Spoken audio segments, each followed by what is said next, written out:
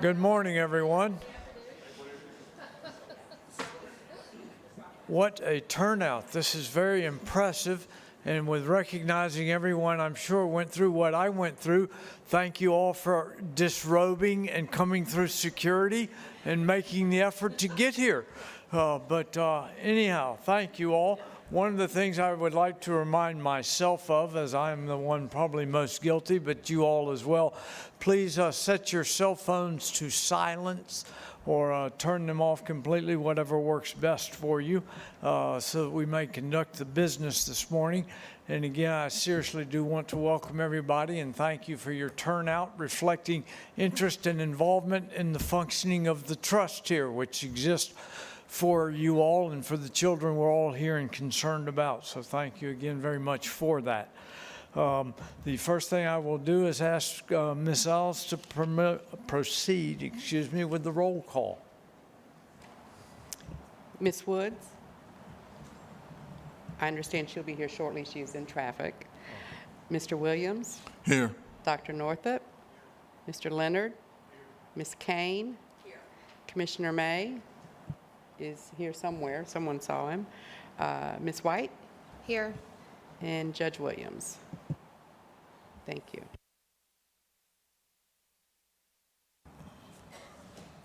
Next order of business will be the Pledge of Allegiance, and ask Mr. Williams to lead us all, and ask you all to please stand. Please join in the pledge. I pledge allegiance to the flag of the United States of America and to the republic for which it stands, one nation, under God, indivisible, with liberty and justice for all. Thank you. Next item is approval of the agenda for this morning's meeting. I get a motion? So moved. I second. Any discussion? All in favor? Aye. Aye. Aye. Any opposed? Okay, the next will be to submit the minutes, both correct them and then submit them for reference. I get a motion, or anyone have any corrections, additions, deletions, modifications to the minutes of the March 11th meeting? If not, then they will be submitted as, or filed as submitted then. Thank you all for that. And then we're down to the treasurer's report, which Ms. Woods would submit. We can either do that or skip down to the financial audit and then come back. Or Tammy, will you? Okay, thank you. Thank you. We met and went over the financial report at our finance committee. There is, in your packet, you'll see we've got the balance sheet, the revenue and expense statements, both just normal and by function. The one by function breaks it out into administrative and program expenses.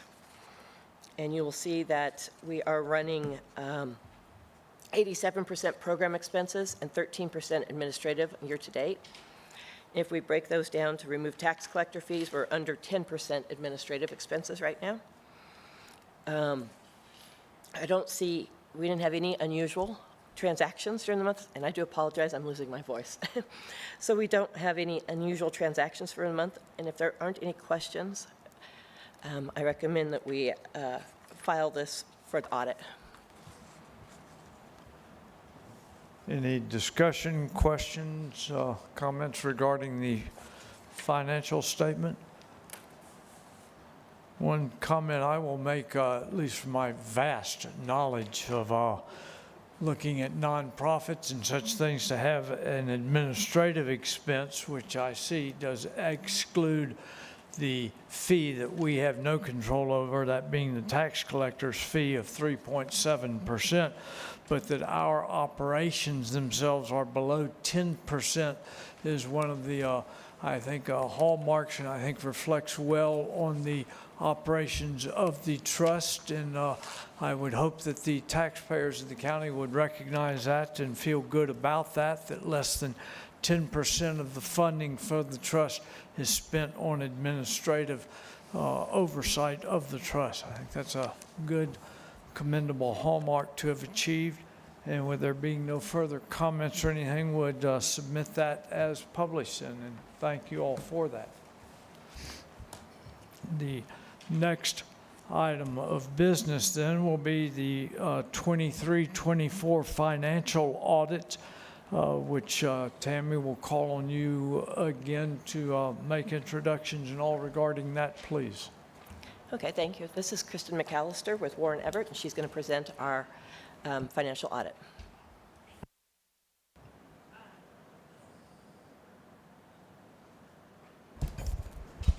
Better.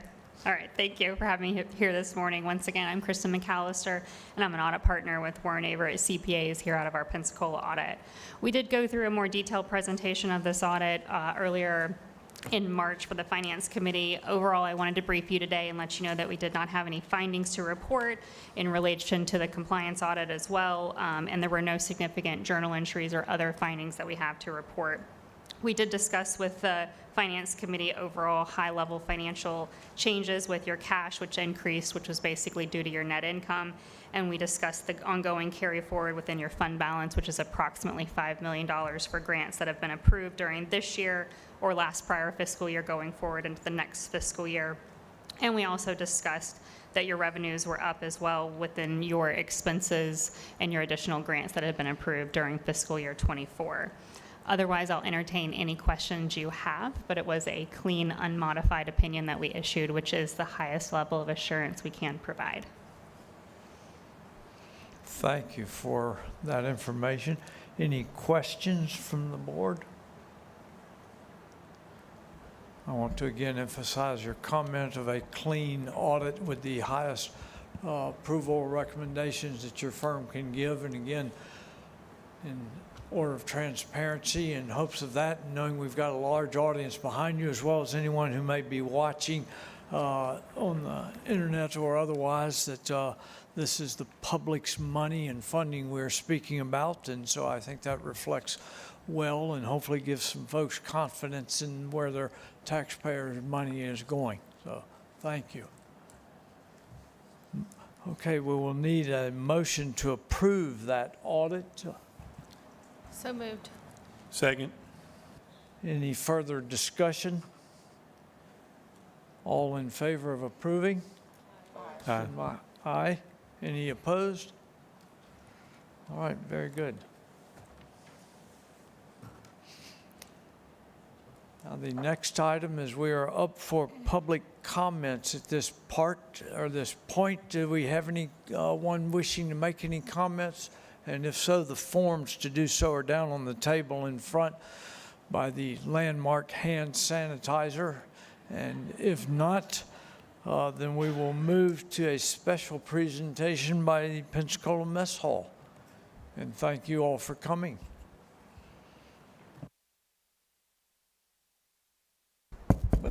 It's tilty. Let me just make this be big for us. Hi, I'm Megan Pratt. I'm the Executive Director at the Mess Hall. And we're pleased to be here today to share with you about our Science Explorers After School program. I always like to remind us what our mission is as an organization is to inspire curiosity, experimentation, and creative problem solving through the exploration of math, engineering, science, and stuff. First, I point out it doesn't have technology in it. We're not STEM, as you can tell by the previous slide where my document didn't appear as it used to. I never trust technology. The other thing is to point out that we do a lot of math, engineering, and science in our programs, but we also include lots of other stuff. And as you hear this presentation, you'll hear about many of the other elements that we include, whether it's social emotional learning or language arts or just using tools and scissors. So I'm joined here today by Sarah Beth Gordon, who is our education director, and Ariel Egan, who is the boots on the ground and is doing all of our programs. So she is going to share with you what Sarah Beth's going to start with what we do. All right, I first wanted to let you know, I'm not going to read all the slides for you because I know that you can do this. We go to multiple different places, some community centers, city community centers, one run by the Y, and then we do 2 after-school programs at Home and Global Learning Academy. We spend about 1 to 1.5 hours with these students once a week. Our goals of this program are to provide fun experiences, hands-on with math, engineering, and science. Also to increase the participants' joy of science as well during this age range of 3rd through 5th grade. If you lose their interest in math, science, and engineering, you may have lost them for life. So this is a very important time that we know from research for science and engineering education. I will just generally be using the word science to encompass both that math and engineering. Otherwise, it's going to be too long, and I don't want to waste your time. We also want to increase their use and their recognition of using those math skills as well. Also, to learn science content and to share these activities with their family members and their friends. Now, I'm the education director, so I'm going to talk about our unit themes, but I will let Ariel do most of the talking. The first year of the contract, we went with what we call boots on the ground, ready to go, things that Ariel could easily take into these centers. That included water, light, space, and building, and you see some indicative pictures of here of all the hands-on activities that we have done. Then we pivoted because we learned so much more about these participants in our SEAS program, and we listened to them, and what they told us they wanted to do more of was robotics. They wanted to do some spooky science. They wanted to make sound, see sound, measure sound. And also, we decided to throw in some human biology, which incorporates not just hygiene, but also learning about DNA, blood types, all of those types of things as well. Alien biology, which is studying extremophiles on Earth to understand what life might be out there that is not on our planet. And also cardboard engineering, which they just finished. And like I said, I'm going to let Ariel tell you more about it. While I wish I had more time to tell you all of the successes that the kids in our program have accomplished, these are just a few of the highlights. So what I've seen is an increase in their comfort level with their ability to be creative with the science and engineering activities that we bring them. I've seen them become more comfortable using tools like scales and reading scales, as well as using tablets to accomplish calculations. I've seen their enthusiasm for applied math increase. So we give them real life situations where someone like an astrophysicist might use a formula to solve a problem. And much like the formula that's on the slide, they use that to calculate their weight on other worlds. They have also successfully completed mass conversions using simple stoichiometry. I have also seen an increase in their confidence in their general capabilities. So while I once heard phrases like, I can't do that, I don't want to do that, I'm not good at that, you do it for me, I now hear things like, oh, I want to try that. When can we start? Let me do it. I want to do it. And that enthusiasm is abundant. I have seen them work together to deal with their frustrations and failure. And the activities that we bring with science and engineering, there's a lot of room for failure. There's a lot of room for them to deal with frustration and work together to create mummies, to establish the best way to wrap themselves with toilet paper so that it doesn't break all the time. I've thrown puzzles at them, and these are not typical puzzles. These are put the dinosaur bones together without instruction, and they fully embraced the unknown of paleontology here. I've also noticed an increase in their level of engagement with their friends and family, where they're sharing the activities that they do constantly. We've had several participants ask to have their parents come back and see what they've been doing. They've asked to stay till the end of the time, and for the last 3 weeks at Vickery, up on the screen, you see Noelle and her mom. Her mom has stayed for the duration of our program so that Noelle can complete her engineering projects. She thanked us personally for inspiring Noelle, and they now do activities at home together regularly. I've also had comments from parents thanking us for bringing science-based activities to the aftercare centers. A few of our participants have asked their guardians to modify the pickup times so that they're able to stay for the duration of our program. And I'm going to pass it back to Sarah Beth.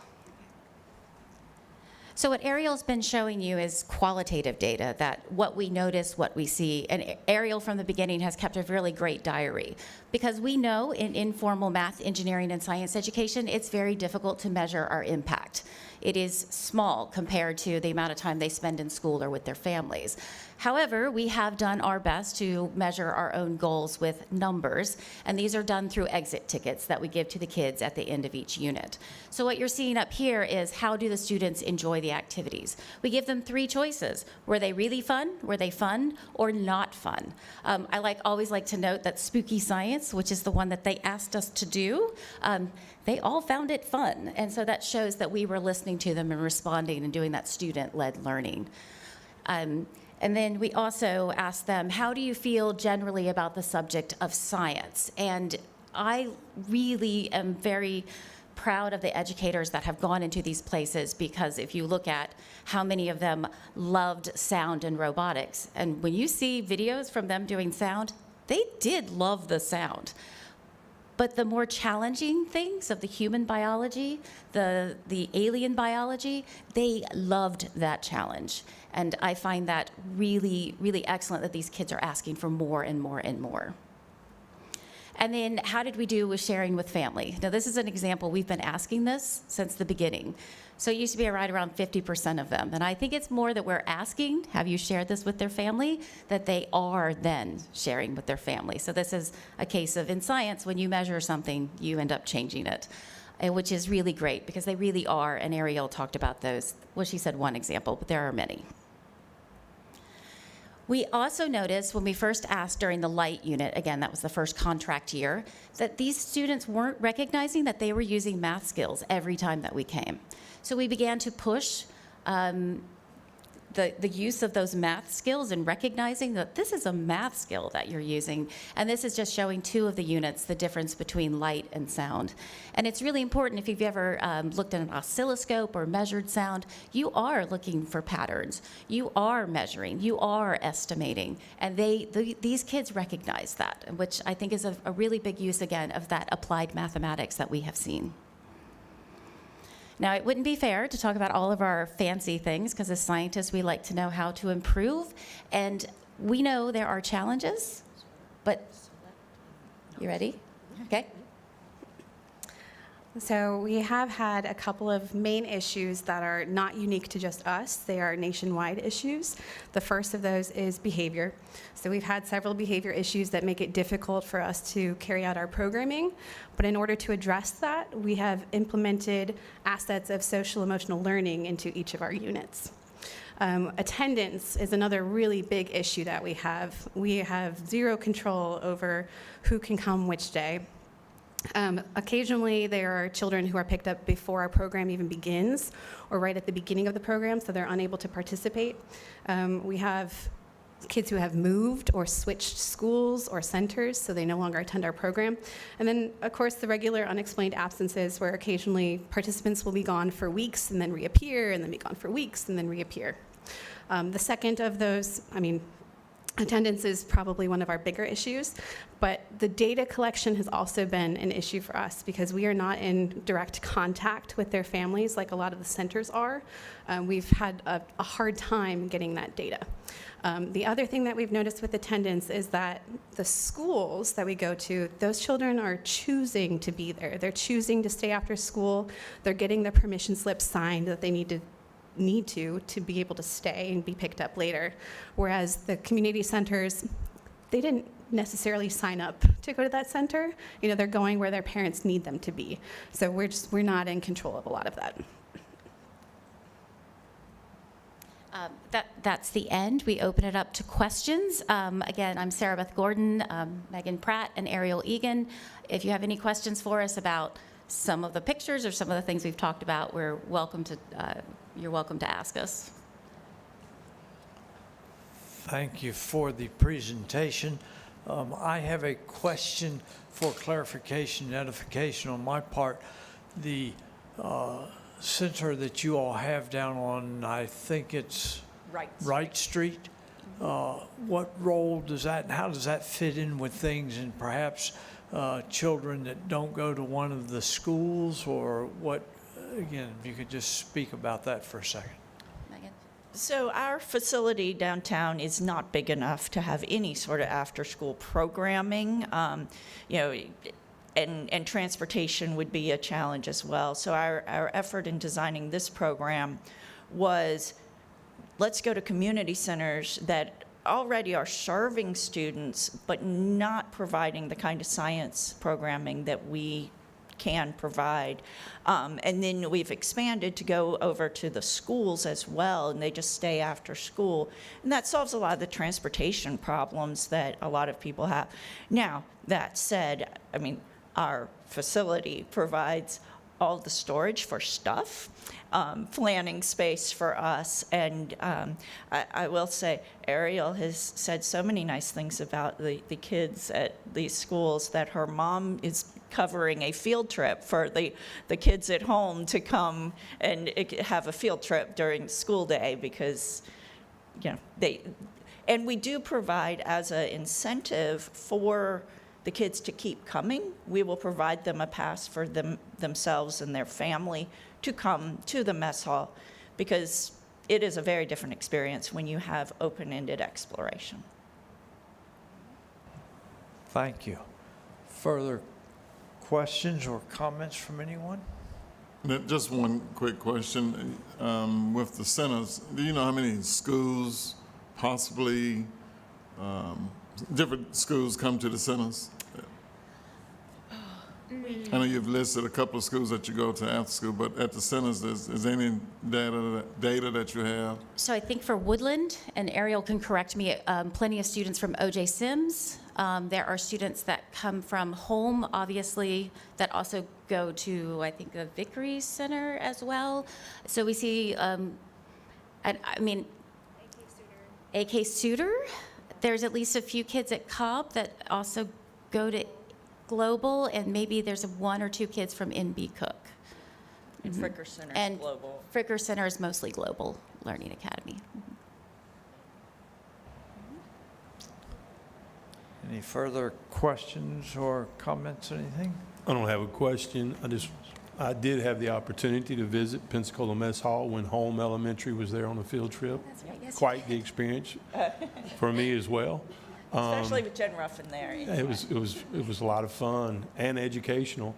I believe on April the 14th at Global Elementary School, there will be at 4 o'clock a Global Earth Day that Pensacola Mess Hall and many of our other partners here in our community will be participating in.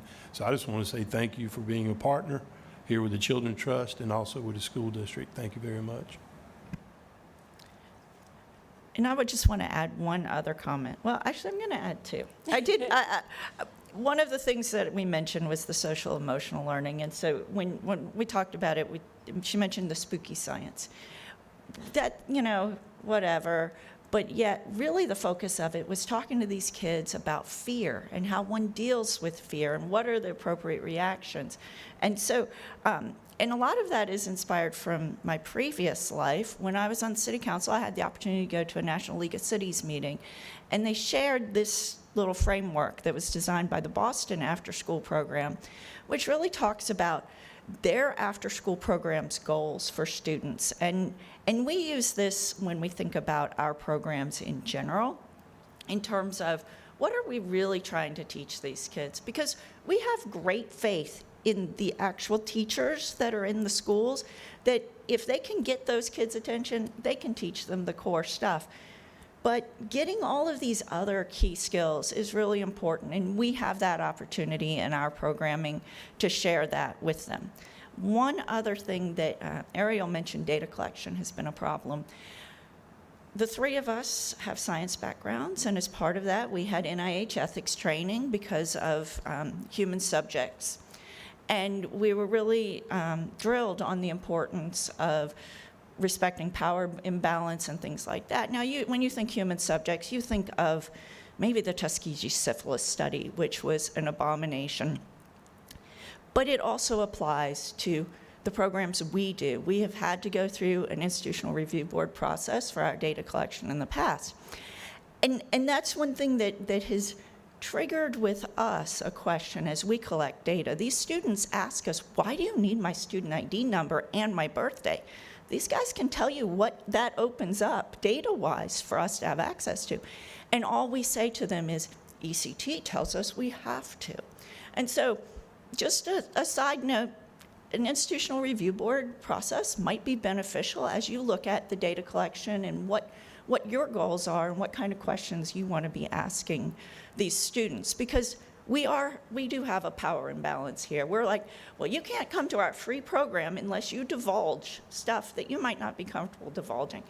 And it just would help us feel comfortable asking that. So just planting that seed for future reference. But thank you for your time. Thank you. Thank Megan, you.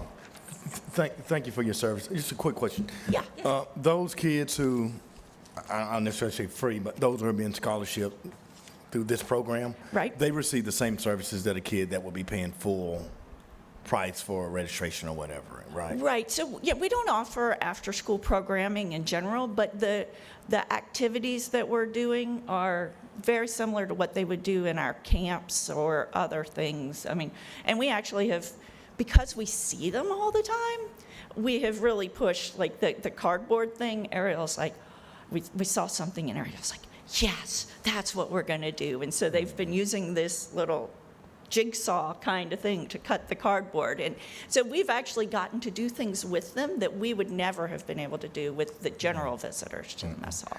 Yeah, no, thanks. You do a great job, and we partner on a ton of things.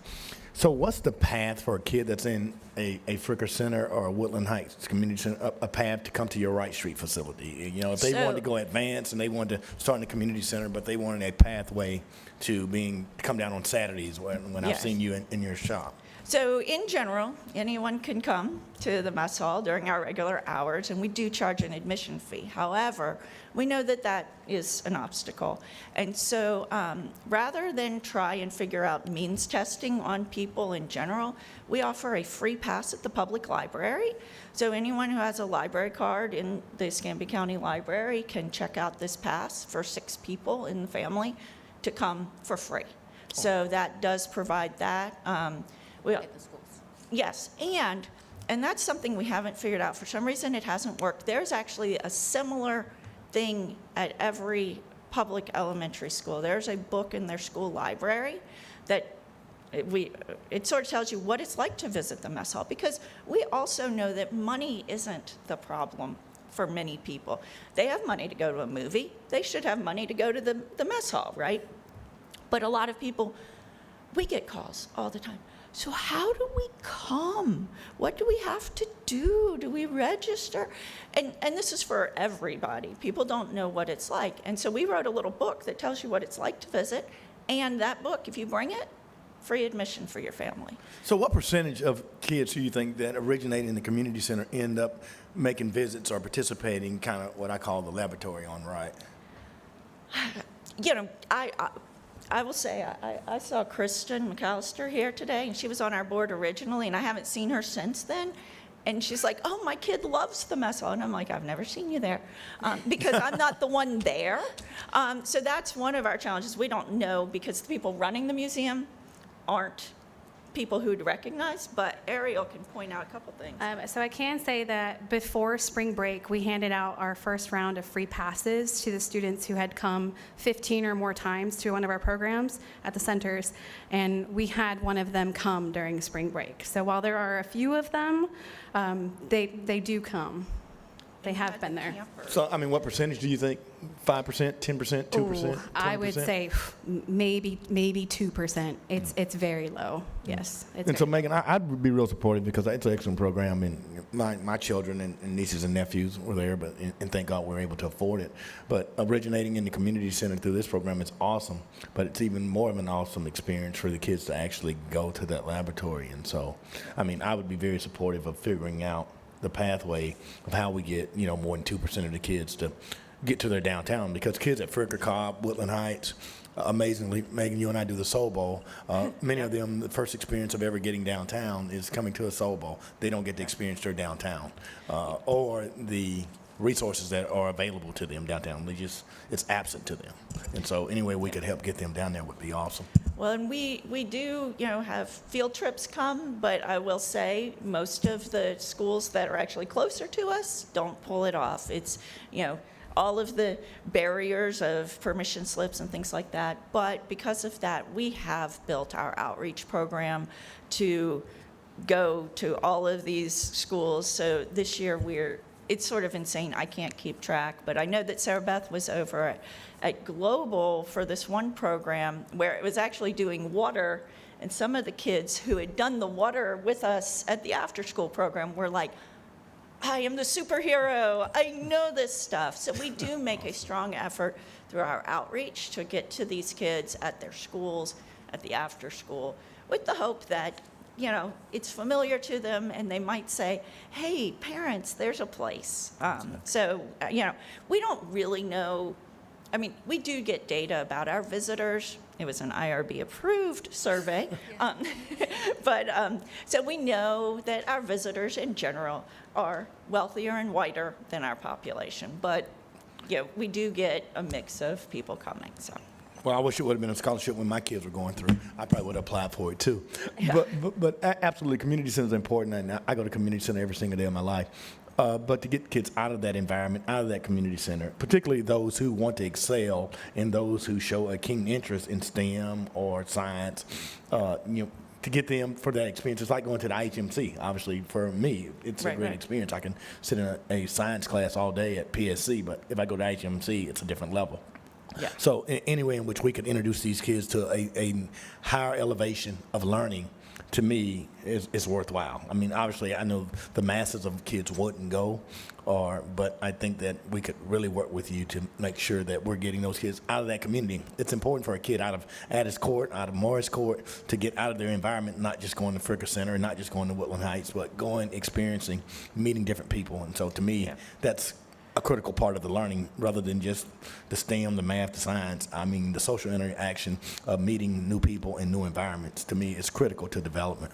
Well, and I'm going to plant a seed, because you hang out with a lot of different people that I don't hang out with, just because you hang out with a lot of people, and I'm I love everybody. Everybody. But line them all up. But one of the things that we have had as an idea, and it just, we sort of ask and then we don't, is we do a program every year with Big Brothers Big Sisters where we have match day, and they come, the highly discounted admission. It's a lot less than usual, but we're open to having a particular group come where if and I hear from other museums that they'll do it, like maybe if it's a church and the pastor's going to be there, so he'll protect you from those mean mess hall workers. I don't know, but your community is there, and you have sort of an open morning at the mess hall. That is something that we are open to exploring if there are groups that might be a good partner for something like that, where it could be, it can't be, I mean, Greater Little Rock, great church. We can't get all of them in our building. So,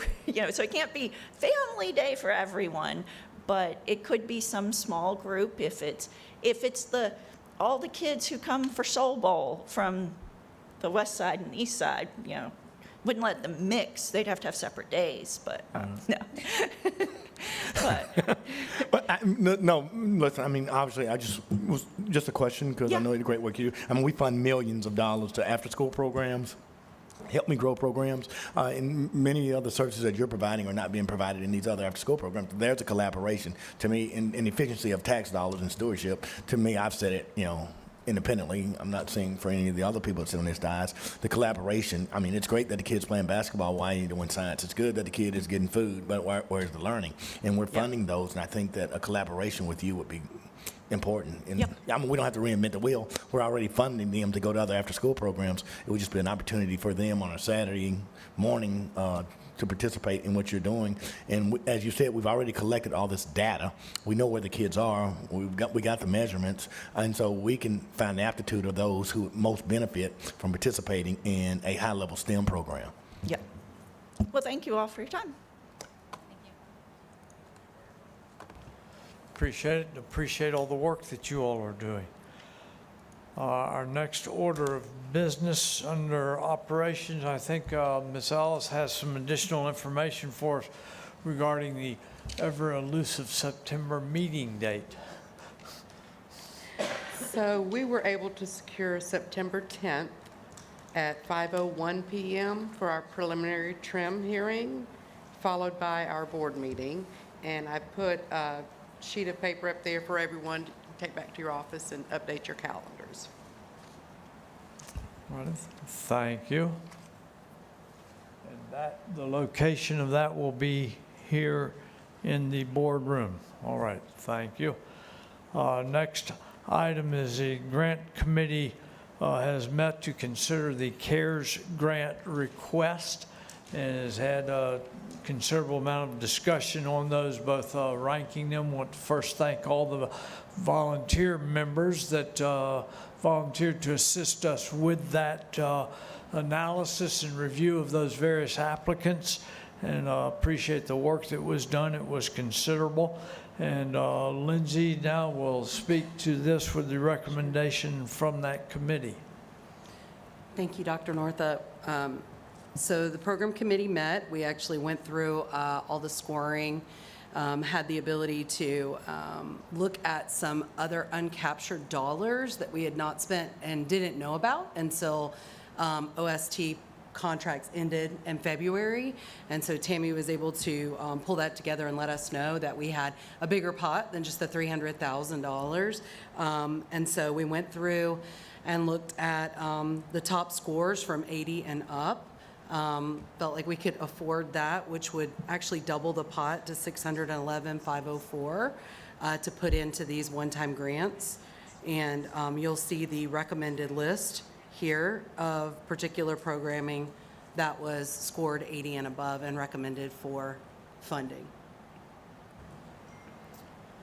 Thank you. I believe there were also a couple of programs that you all were able to work Yes. with that We did have modified. two. Yes, we did have two that are current contractors that their application actually was adjacent to what they're already providing, and they have been able to go back and readjust their budgets so that they could incorporate that project into their current contract. So those two were removed from the list of awardees here, and that's Twin Oaks and the YMCA. So, and so the rest, that allowed us to bring on two additional within that 600,000. It gave us some more wiggle room there. All Because right. it wasn't just about the scoring, so I want to be clear, we had a finite amount of money that we could use for this. So it wasn't a, 80 and above is going to get it or anything like that. It was more what can we afford? Because there were a lot of really great projects, even if they didn't score into that range. All right.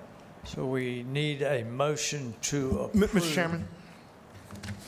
Mr. Chairman? Yes. Are you seeking a motion, or is there any discussion before that? Yes. All right, thank you. So a quick question. Well, thank the program committee. I mean, I think we expanded it. I mean, we only had 4, and I had to leave out of the meeting early. And so thank you for the work, you and Stephanie and Dave, Coach Williams, and I had to leave. My only question is, there are organizations that were not funded. Are we working with them on how they can improve their scores with these grassroots organizations? Because, I mean, we're funding 14, and that sounds great, and I'm glad we expanded it, but we had 40 to apply. And I know many of them are doing good work, so are we working with them to make sure that they can, how are we working? Absolutely. What's the follow-up in working with them so they'll be prepared for next time around? Well, we've had several that have reached out on their own to just say, hey, I've never done this before. This was my first swipe at it. Can we meet? And so we have several meetings already on our calendar to sit down one-on-one with these folks and just go through it. Like, here's a rubric, here's this, but, and this is how you could have improved this score. Just from my perception and Deborah's when we're looking at this with them. And so we've got those upcoming. The other thing is that I think a lot of the conversation, and I've had this individually, and we talked a little bit about this at program committee as well, is we do have a lot of nonprofits that are applying. And some of the ones we didn't even know that were working. And if you actually look at the clustering, and you brought up collaboration, they need to be collaborating. They are all like blocks from each other and Absolutely. not working together. So there's opportunities there as well. And Lindsay, I'd agree with you. We can't just put that, the onus on those who applied that No. didn't get applied. I certainly agree with you, 210%. And that pressure should be put on people that we're funding hundreds of thousands of dollars to more than the people that we did not fund. So I agree with you. They should be working And there is together. some of that going on, but there's also the business side of this work that is being reflected in these applications. And so, because you come in with your heart, I mean, that's what people step in with, but there's a business side to it. We have institutions here that can do that way better than I can, and more efficiently, and I think that that's something that the board needs to consider investing in, is some sort of training that would be ongoing and has that mentorship component. And, and Lindsay, I think we're on the same page. Yeah. I mean, just because you can cook don't mean you own a restaurant. I mean, that's just because you have a good heart of service doesn't mean you ought to be running programmatic things. But I think that in helping to enhance the deliverables to the children who are the end users, we could at least work, as you said, and recommend to those who have the efficiencies. I mean, the mom and pop can't compare to Walmart. They'll never write a proposal to do the investment like them.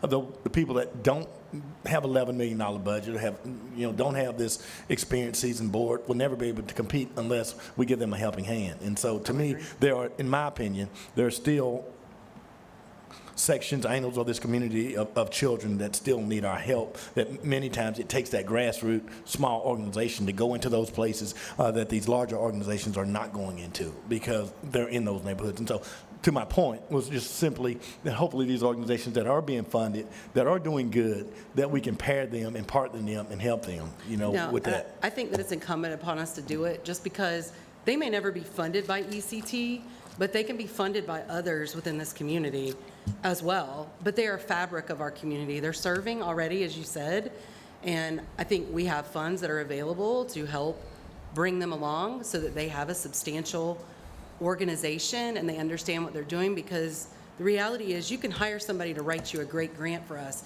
but if you can't pull it off on the back end, then they're going to be in the news and they're going to be persecuted for not being able to pull off a government grant. And that is the last thing we want for people that are actually out here trying to bring our kids up.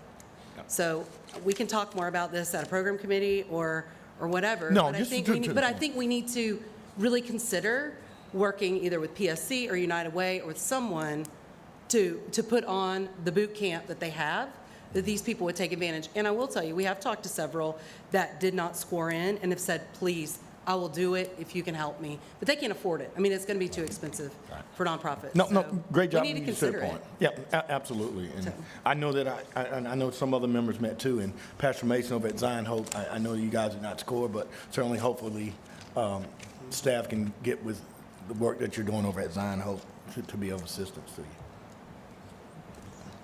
That's all I had, Mr. Chair.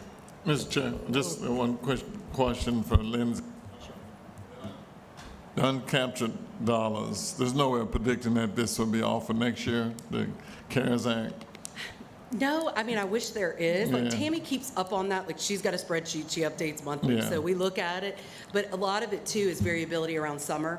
So you might see like, oh, they're lapsing all these dollars, and then summer, boom, it's all gone. Yeah. So we really have to do it at the end of contract. So the next one we'll see is mental health. Will be our next ones. We also have Navigator coming up. We also Yeah. have Help Me Grow coming up, and so there will be some uncaptured dollars or Okay. unspent dollars there likely.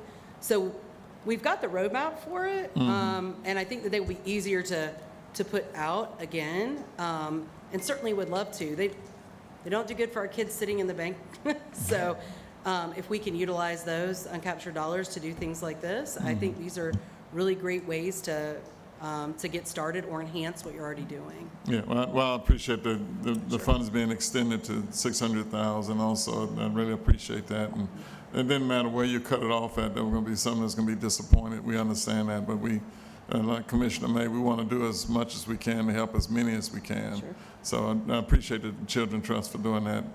Thank you. Okay, request a motion to approve I have We'll one more come to correction. discussion. Actually, we haven't even, The resolution that you have in your packet, we have 3 updates to legal names. We have a lot of like doing business as, so like Ready Kids is, oh Lord, let me put on my glasses. Every Child a Reader is Scambia, they're doing business as Ready Kids. And then Be Ready Alliance for Emergencies has a different DBA, and then Knowledge Ministries for Golden Elite Track. So we will need to update those for the formal resolution for signature, but I would ask that you recommend these to go forward with those 3 changes to be updated and signed after this. okay, we have a motion to approve. So moved. Second. Commissioner May has seconded. All in favor? I have- Or, wait a hold minute, on, before that, discussion. I any wanna say a further few things. discussion? During discussion. I want to say thank you to all the people that applied. We had some really great grants, and if you didn't apply, if you didn't make it, you still had wonderful ideas. And I know that you really do care about our community, and so I'm going to ask Lindsay. I know that, so we're charged to provide high-quality education. That's what the trust is charged to do. So we have to make sure that we use the taxpayer dollars correctly to provide this high-quality education programs for our students and for our kids. But maybe Lindsay, can we ask you to research how much it would cost for the trust to help provide some of those nonprofits? I know you've already talked to Andrea at PSC to provide that boot camp. And maybe you could research it and report back to us at the program committee how much that would cost, so we could help those people who didn't make it. And I will say, I was on the committee that helped score them. We all had very similar scores for everybody. So it wasn't, and so I think that those that didn't score 80 and above maybe could benefit from that boot camp and learn. So, but thank you for applying. Any further comments or discussion? I just had a clarification question for Children's Home Society with the 48220. At the last board meeting, I know I had questions about that one, and I also wanted to know if there was information about how much that program costs. I know they requested this money because they had Title I funding cut, and I wanted to know if we knew how much was cut from their Title I funding and how much this program cost them last year. And what is the difference between this program and the current program? I would need to defer to Leah and Emily, if y'all want to come up. So did this come out of the extra money, or did you just reassign some of the? No, this would be additional. It's additional, because I knew when I left the meeting, y'all were talking about, there were Well- 2 groups that had extra money that, That was Twin Oaks and YMCA, so we Oh, pulled Twin Oaks. those out. This was not incorporated into the original Pine Forest application that's going to expire this year. That was for the wellness coordinator for Community Health Northwest Florida's clinic. So, but I'll let these 2 answer about the Title I funds. Yeah, thank you for the question. So in the community partnership school model, expanded learning is an arm of the model itself. And so when we really looked at high needs, one of the high needs was making sure that our kids graduate. And so as far as the funding from Title I, when you're an F or a D, when you go up to a C or a B, you get less money. So I have Ms. King here, who is an AP, and maybe she can speak to that a little bit more as far as how they're distributing that funding. So Title I funding has not paid for our EBB program. We call it Eagles Beyond the Bell. We've used our EEA funding for that, which both were cut this year. Title I funding, most of that is going to go towards extra bodies at our school to pay for like an RTI coordinator, our instructional coach. We actually are paying for a science teacher out of that to make sure that student to teacher ratio isn't that is conducive to learning for our students. So the EBB program has always been funded out of a grant until last year, because like she said, we did earn our C. We worked hard for that C, but you also lose that money that you've gotten funded, and we had used grant funding for 5 years to fund this after-school program, which really benefits our students who struggle. Learning cannot be done on a timeline at all times, and some of our students just need a little more time to overcome some of the obstacles, and that's what we're doing in this after-school program. So it's not that they haven't gotten it, they just haven't gotten it yet. And the after-school program also provides a warm dinner for them and transportation, which I think we've heard already today that the transportation is a very big issue. Yes, our district provides night school, but it can't provide the transportation portion of it where this grant has been able to, or last year our EEA funding pays for the buses to take our students home. So we have a much better turnout at our after-school program than we do at night school for the food and for the transportation to get them home afterwards. So how much was that grant? What we've asked last year was about $38,000.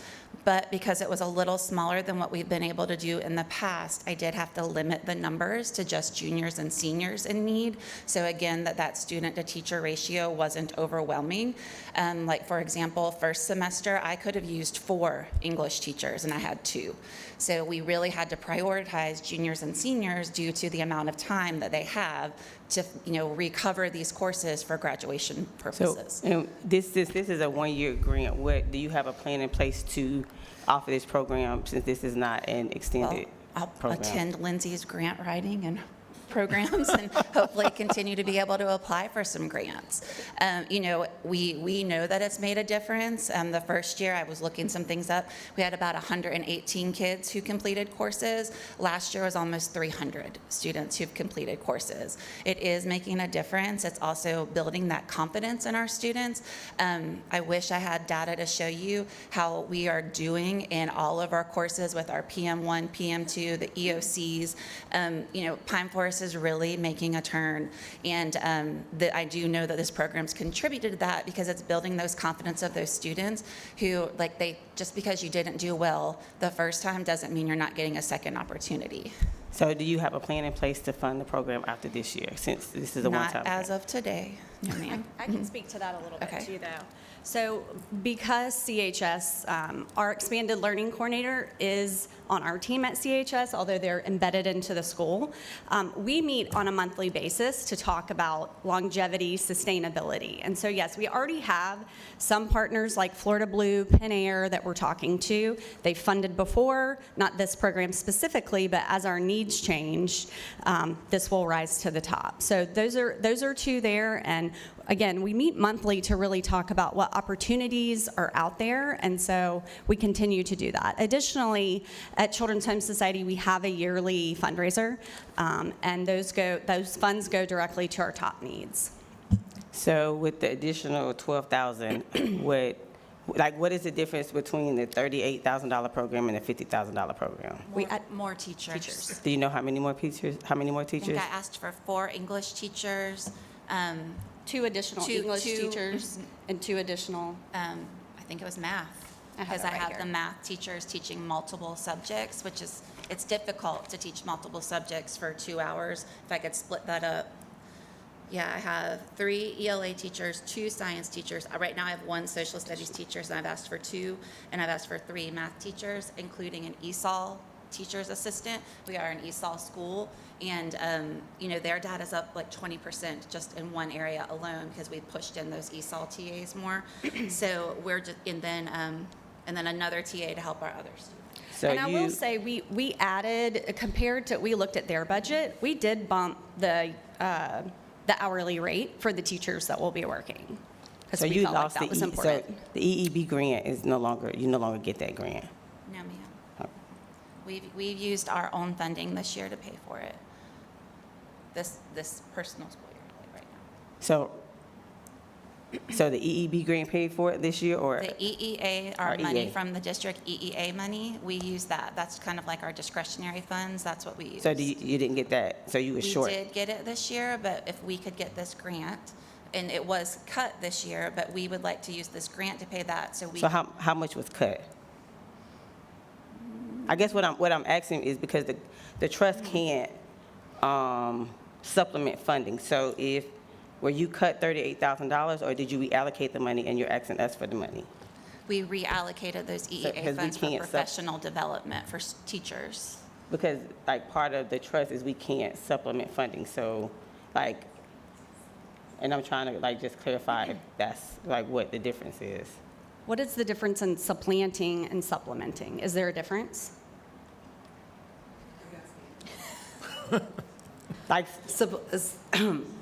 excuse me, supplanting would be if you already have a grant that is written for, let's say, homeless youth, and then you came to us and said, we'd like you to fund the exact same thing, that would be supplanting. Supplementing would be, we have this program, but we need to add this additional part to it. So, or it's not funded, and we would like to go in and fund it. So, 'Cause I think it depends on which particular program. Because my understanding was, I thought that the money was lost, but if you had the money and you just decided to spend it somewhere else, then that's not what my understanding was with. Each year, you receive this discretionary funding, and you have to decide how you're going to spend it, correct? Okay. And sometimes you Because spend this it on is kind of this. funny with the, like, most of the other programs aren't in the school, and so, There are differences. The EEA money that Ms. King is talking about is different than just straight up Title I money. EEA money is what used to be called SAI money. In education, we use all kind of acronyms just simply to confuse people. The SAI money is now called EEA. And one of the deficiencies with the way allocations work for schools that have struggled is once you get over your struggles, the money goes away. I would not consider that, and I need to be careful because I do wear two hats. I would not consider this supplanting. Here's an example of supplanting. A school has 350 students, and they earn 18 teachers.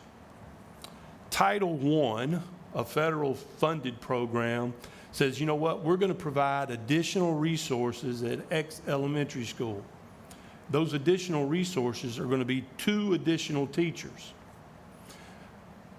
That's fine. Now, if they earned 18 teachers and the school district said, you know what, we're going to go ahead and put 20 out there. Title I would not be able to fund another teacher until the 20 were filled.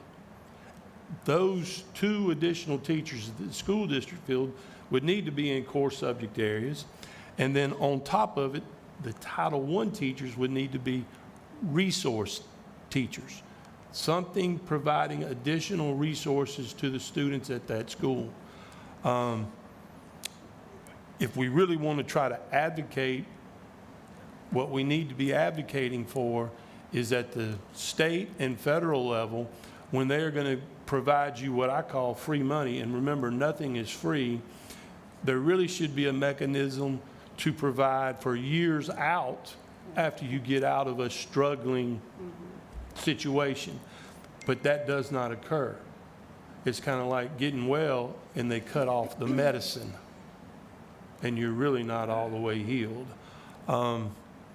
And Coach, that's, I mean, yes, in line with what Ms. Wood is saying, that's what bothers me. I mean, obviously, Title I money is more than Children Trust money. I mean, that comes in here, and at least I'm aware, to my knowledge, I mean, Title I money is to supplement failing school for low-income kids, for educational learning, whatever that learning may be in the classroom after school, but Title I, well, Century 21, and from my understanding of Title I.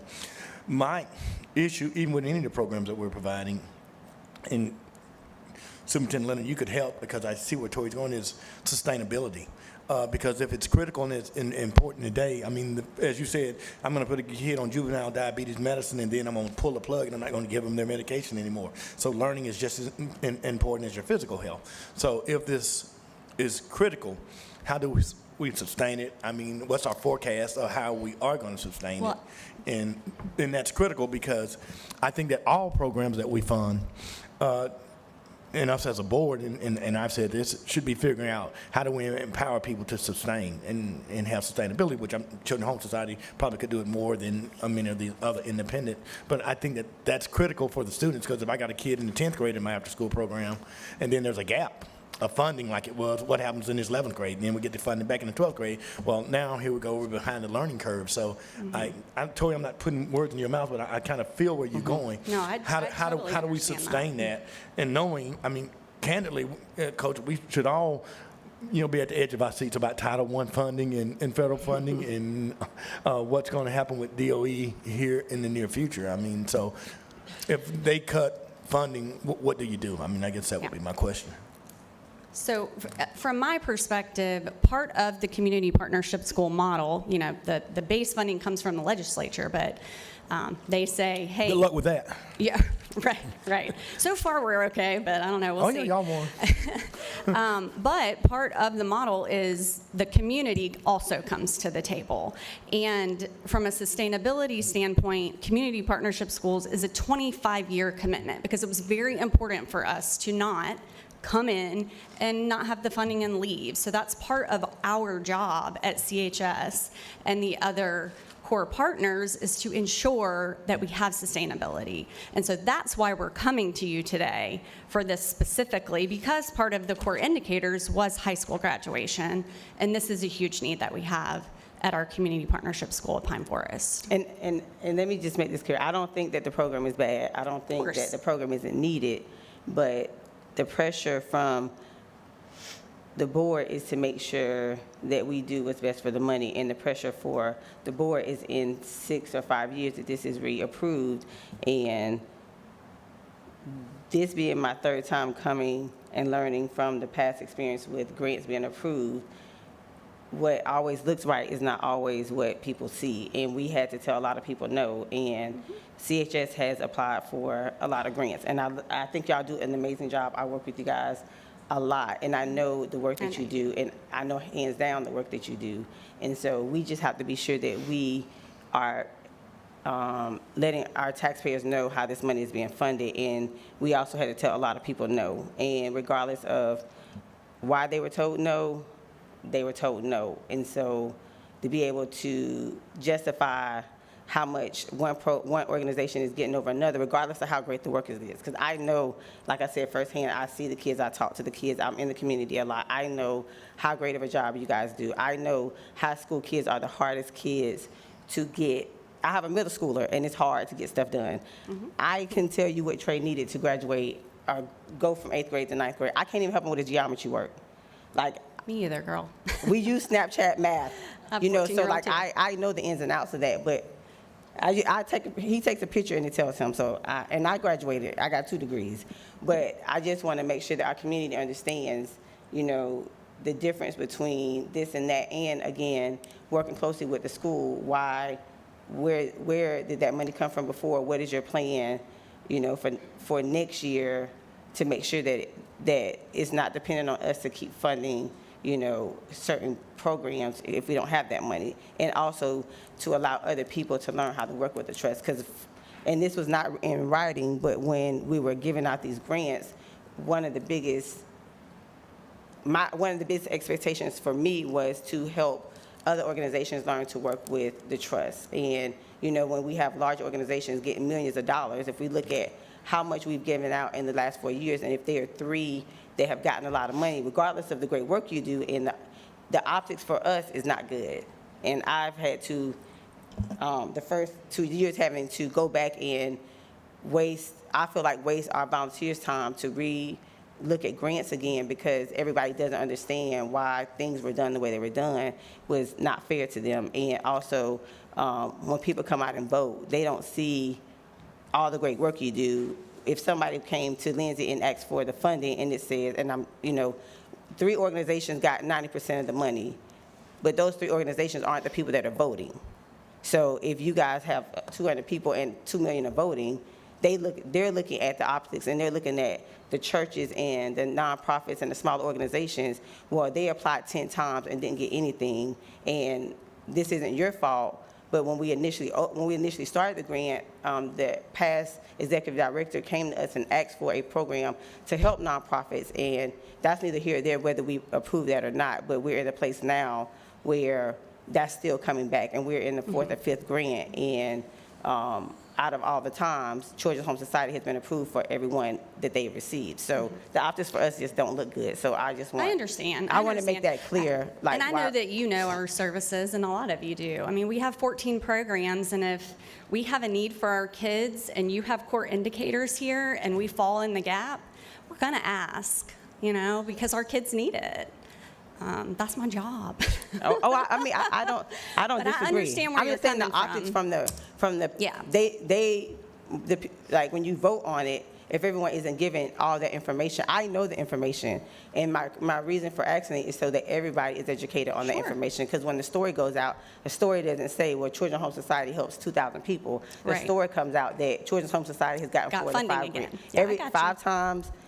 Every time they approve it, they get it. That's the optics. That's what people look at when they vote. I hear And you. that's what people Yeah. look at when they crucify us for those funding. And that's what people look at that don't get the money. So this is why I'm asking the questions that I'm asking. Totally understand.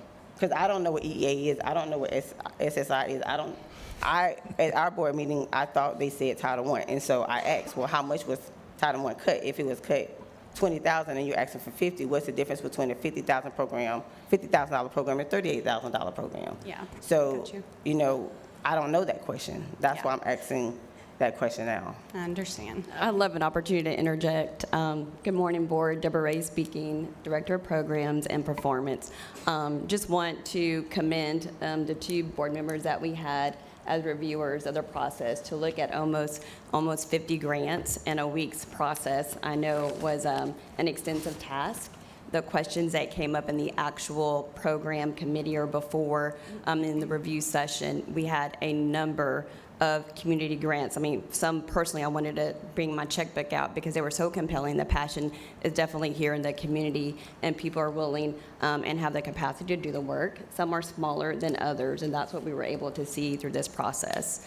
The CARES grant was established because the number of community members that stood here talking about community violence, speaking to us about building their current programs up. And so the fact that we were able to pull some money from existing grants and the relinquished dollars was amazing to be able to do and to refuel the community from their initial ask.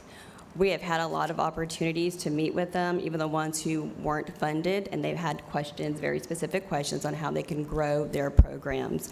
So I think, we're compelled to answer that calling. I know that Lindsay did speak to that, but also there were a lot of opportunities within this grant writing process that we offered. So you will see that those who may have scored higher, they came to the Q&A. They spent 2 weeks in asking questions that we publicized to make sure that they can complete the application and fulfill that need. This is going to be a competitive process, and moving forward, our next OST is going to be highly competitive. We have gone to different conferences. We've gone to a state one and a national conference.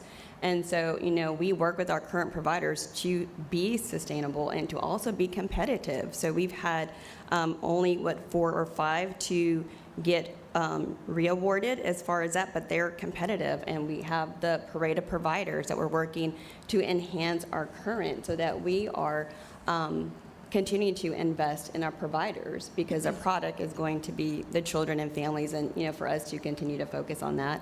School finance is a beast. Mr. Leonard touched upon it. When we were in Nashville, what we saw with their out-of-school time programs are working in partnership with the school district, and also families being that focal point, and the surrounding being OST programs, and also the school district working in a collaborative partnership. So I don't foresee that that's going to change. If we're able to provide that assistance with that gap funding, we can talk about that as just at the board, like where is our new direction? We're in a national crisis where public schools are being attacked. Where are we going to be as a board to sustain the efforts that have gone, that's made schools and districts and families successful? Where are we going to have that in partnership and moving forward? So I think that it's an awesome question to ask a school leader, like what are they doing to sustain? But also as a community, we're having to ask ourselves, what are we going to do to sustain our community so that we can continue to thrive? So I appreciate your input today. Thank you. Mr. Chairman, Yes. with all due respect, there's been a motion and a second, and by parliamentary procedures, I think conversation has to be restricted to the item that's being voted on.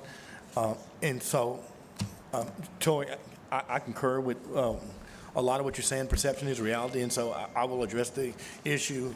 And very briefly, that I think we should be telling all in this motion, everyone that's getting our money, this is a one-time grant. What is the sustainability? It's unfair to the end user of the children for us to give them a one-time grant and then next year that this program doesn't exist. It doesn't matter to me whether it's Children's Home Society or whether it's Dixon School of Arts. And so there should be a sustainability plan, you know, that's added to the contract of how are you going to do this? I mean, because there's a lot at risk with the federal audits, the OSHA coming down, Title I being cut. How do these programs sustain? And even if Children Trust, which is a great possibility, if Children Trust was not renewed, how do these programs sustain themselves? And so there should be a continuation of programs, and that should be there. I mean, this is not a one-time injection for us to give somebody a salary or increase somebody's salary. It's a one-time injection to help children. And how are we going to do that? Because to me, the stewardship on this motion, on this vote for these programs that we're funding, that if we fund these 14 kids from Children's Home Society down to CMB, and then next year the program goes away, then what good have we done? I mean, we shouldn't even give it out if we can't do that. And so I would just, there's a motion that Mrs. White has made. I would just hope that a part of the motion, a friendly amendment would be that before the contract is awarded, that they have a clear sustainability plan that everyone's happy with. Just to let you know that in the grant that we scored, there was a part about sustainability that we had to score them on, and so the grant committee looked at all of that to make sure before we scored them. And some of the people didn't do well because they didn't have a sustainability plan, so that was part of the grant. And if that's there, Stephanie, that's fine. I just know Tori just asked how would it happen if they didn't get the money next year, and it was not a clear answer of how they would be able to do it. So if it's in the plan, it's in the plan, but We may not know exactly about money next year, but the school has some plans in place that we do during the day. We have a course recovery program that's helping hopefully recover during the quarter versus at the semester, and our teachers are helping with that. And I think that has made a big difference. We also do have 2 periods. We're on a block schedule, so 2 periods, one every other day, or one each day, where we do have a lab setting where those students who might have multiple courses to recover are put in that lab. So we are trying to at least hit it, because we do hear often that night school may go away. We always have to have a safety net in place. So I don't want you to think we won't be able to help these students on our campus. This is just this after-school program that helps them beyond what we can do during the school day. So I don't feel like we'll drop them, and we will figure it out if it, next year. But as far as money, no ma'am, I don't know that. But as far as what we're doing on our campus, we do have some steps in place. Well, I think sustainability is part of the CARES grants and is part of all of the grants that we ask all of the providers to be working towards, particularly in the multi-year grants, to be looking at the idea that this grant is going to come to an end. How do you as an organization anticipate continuing those services or supplementing them? The other thing, I see the trust, I think all of us do as an organization that does more and provides more for the community than simply distributing money. And one of the big things that our staff does a tremendous job of, and I have to provide some kudos to Michael, is serve as a bit of a triage organization. And as has been mentioned already, the amount of duplicity taking place within our community with the best of intent, however, is a fairly considerable amount with organizations being provided the information. Can you all collaborate and work together to accomplish the goals? And so that is one of the functions that is already taking place in addition to the distribution of money. Another thing as I look over at Rick is the idea of the organization itself providing a tremendous amount of opportunity to organizations in regards to education, of how to fill these grants, how to enter into SAMHSA, the data that's being collected, a number of these other things that are being asked of them. So even these smaller organizations, operations can indeed have access to learning and to knowing how and to using the staff to help them fulfill the requirements of their contracts, even fulfill the requirements of even submitting a request for funding. And so those are opportunities that are already out there. And then the staff, I know for a fact, is exploring working with, as has been mentioned, with Pensacola State College, with United Way, and with other organizations in the community to provide some education to these organizations in regards to establishing, maintaining, and sustaining a nonprofit entity within the confines of Escambia County. So those are activities that are underway as well, so that all of these things will hopefully help gel, with the end result being that we are able as a community to provide more services consistently and in a sustainable fashion to children throughout the community. And I think a lot of that is taking place, and the CARES grant was just one more example of ways that we could uniquely try to take resources that we as a trust have available to us, thanks to the community, to turn that money back around and sustain and implement programs that are going to benefit the community's children. So we've had a motion. It has been seconded. There's been discussion. Time to call the question, I believe. So all in favor of moving this forward and asking the executive director with the name changes and other things that would make this official, be in support of the proceeding with procuring these CARES grants. And all in favor? Aye. Aye. Any opposed? No. Okay, thank you all, and very healthy and good discussion there. Mr. Chairman, and Stephanie, just for a point of clarification, you said, because I didn't review those grants, the sustainability part is a part of all the packages that were awarded. Can I get a confirmation there was one that voted against? Yes. Just one? Okay. And the next item of discussion will be lamplighter budget request, amendment request. And Tammy? Okay, thank you. This came to us, to our program committee before, and to the board last month. We didn't have a quorum to approve it. So the lamplighter for their Ignite grant has requested a budget amendment. This grant ended on February 28th, or 28th this year. And they have invoiced now through December. They're waiting to invoice for January and February after this amendment is approved. The big adjustment was that they had budgeted for a van that they discovered they don't need, because they were able to get one through Ignite and to get one through their mental health grant. So they were looking to adjust that money to other places. So the narrative and the budget is both in your packet. If you have any questions, I can answer them. Otherwise, I would. I have a question. Yes. So you said they billed out for December, up until December. So in January and February, they anticipate like $20,000 in salaries, correct? That's what they're anticipating, billing out $20,000 in January and February?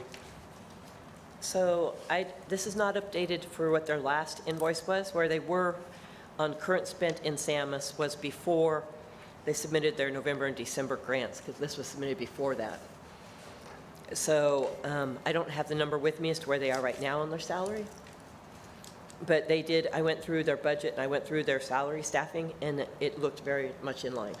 So do you remember when this, was this in? Do you This remember was what- done in, originally it was submitted in December, so this update was back through, they had invoiced through October. Okay, so this request was from October? Yes. Okay. I don't remember when. That's why I was reading this and I just trying to clarify from my understanding. But you don't, the 31,338, that was from October, you think? Yes, that was October.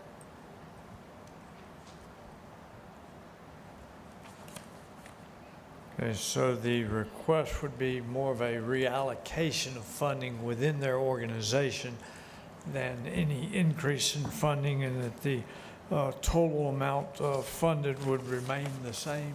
Yes, total funding amount remains the same. They're just moving it along different general ledger items. Okay, motion to approve, So moved. and a second. Okay, it has been motioned and seconded. Any further discussion? Yes, sir. I will be abstaining from voting because I'm on the Lamplighters Board of Directors. All right, thank you. Any further discussion? If not, all in favor? Aye. Aye. Any opposed? Motion passes. Thank you. Whoops. The next item of business is the request from Legal Services of North Florida contract regarding their Year 3 contract, and Ms. Cannon will be speaking to this item. And there is some paperwork in our packet. Yes, there's a resolution for, it's, Year 3 of the 3-year sole source that, with Legal Services. We would recommend moving forward. We've looked into the data and have that all caught up. They're serving a tremendous amount of children within our community. This is as of February, 95 cases. That's individuals. Some of these kids could have multiple cases. So they're representing a very large population. You can see a nice trend upward and increase in cases. And they also project an increase going forward as well into this 3rd year. So we would recommend them be refunded for the 3rd year.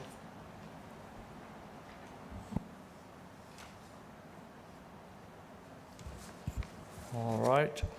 And the program committee has recommended approval of this resolution. I have a motion to approve. So moved. And Second. second?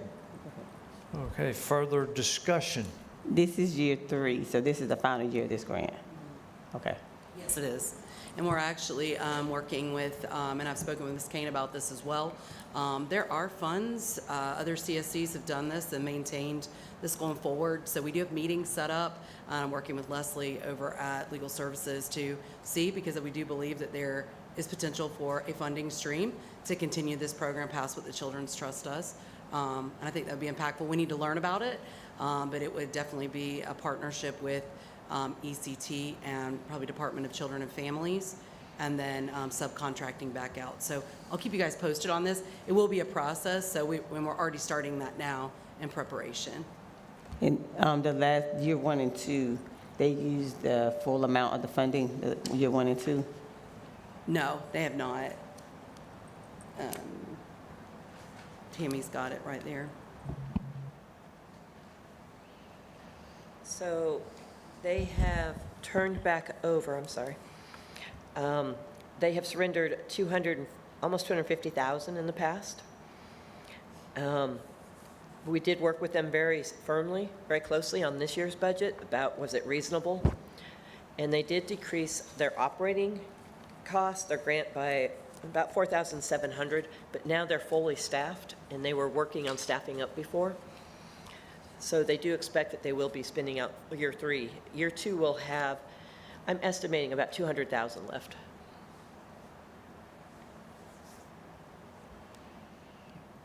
Thank you. And this year's budget also, or the request of this change will be a net decrease in their funding by $5,200. Is that correct? Okay, and then reallocation of some of the funding within the operation. And then, okay. So we've had a motion that has been seconded and discussed. Any further discussion? If not, we'll call the question. Those in favor of the executive director entering into the resolution and discussion of this with the Legal Services of West Florida, all in favor? Aye. Aye. Any opposed? Okay, that motion passes. Thank you. The last item of business is a change in scope request from Twin Oaks, and the program committee has again recommended approval of this change in scope request, and Ms. Cannon will speak to that item as well. Sure. And We again, had there's a packet. the packet's a little thicker. What we had for Twin Oaks was a change of scope to actually to step outside of the 05 and 01 zip codes to serve. They are, just like our partner Hassan over at Youth Left Behind, they are getting requests from DJJ, from judges to serve, and they would like to be able to serve the populations that are outside of that, or even getting kids that are 1 to 2 miles of their particular facility that are outside of that. So the change of scope was originally to break down some of those zip code barriers, but we've also added in a change of budget and their application that they submitted for the CARES grant to be included, because they can rework that within their current budget, their proposals. So you'll see they actually have some pretty innovative things that they're going to be doing with like youth ambassadors from their programs. And so, so this is a change of scope and a budget amendment that we would like to do for Twin Oaks. Okay. The budget amendment itself does not result in a net change at all as I'm looking at those numbers and just reallocating some of the funding within the grant between the various areas. And it will result in an expansion of services, thereby addressing some of the requests of the DJJ to serve more children. Yes. Very good. A motion to approve? So moved. Second? Been seconded. Any further discussion? Okay, we'll call the question. Those in favor of approving the change of scope request and the budget request from Twin Oaks, in favor? Aye. Aye. Any opposed? Motion passes. Very good. Okay. Our last, well, next to last item here, upcoming contract renewals. Ms. Cannon. So we mentioned this earlier, but we do have 2 more that'll be coming due June 30th. So I just want to kind of put that on your radar. We're already starting those discussions related to Help Me Grow. It's a 2-year agreement with a potential for a 3rd-year renewal. So we're working with them to really look at what their costs are, and of course what's happening with Help Me Grow Florida from the legislative side. That was always going to step in and try to help fund some of this. So there's a lot of moving parts around that one. And then, of course, the other one is the Navigator contract will be ending its 1st year and will be up for renewal. So we'll be bringing that to you all as well at that time. I did have one other thing that I wanted to mention. We haven't really talked much about outreach, but we've had a lot going on. First of all, Michael has been named our Rising Star for In Weekly. They had a big celebration last night for him. We're very excited. It's a first step in a whole lot of things to be recognized in that way, so we're excited for him. The other thing is we did conduct our Warrington Outreach Day, the Community Day. There were a lot of providers. I will tell you what was really exciting about it is some of our ones that went through the microgrant process also asked to come and be a part of that as well. So we got the chance to meet and speak with some of those folks. It was a good day. And then we also attended the Healthy Start, Escambia Healthy Start baby shower on Friday, which was absolutely packed.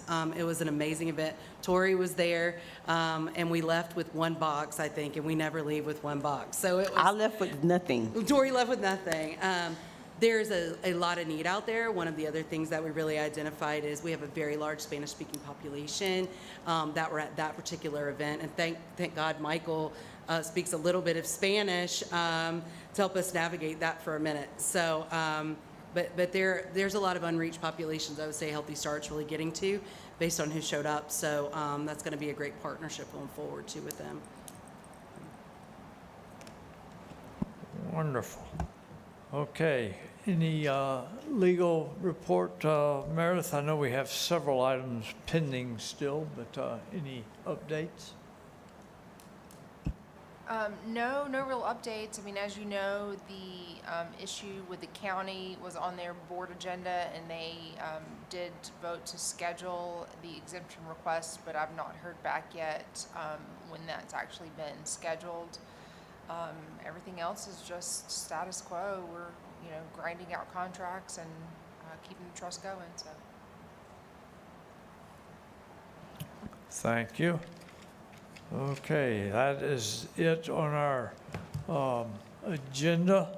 And with that in mind, think, and appreciate everyone's patience, particularly you all in the audience here who have given of your time and interest to come and participate in this process. Thank you for that, and hopefully your support of the Children's Trust. And thank our board members for giving their time here and going on a little longer. And with that, we will adjourn. Thank you all.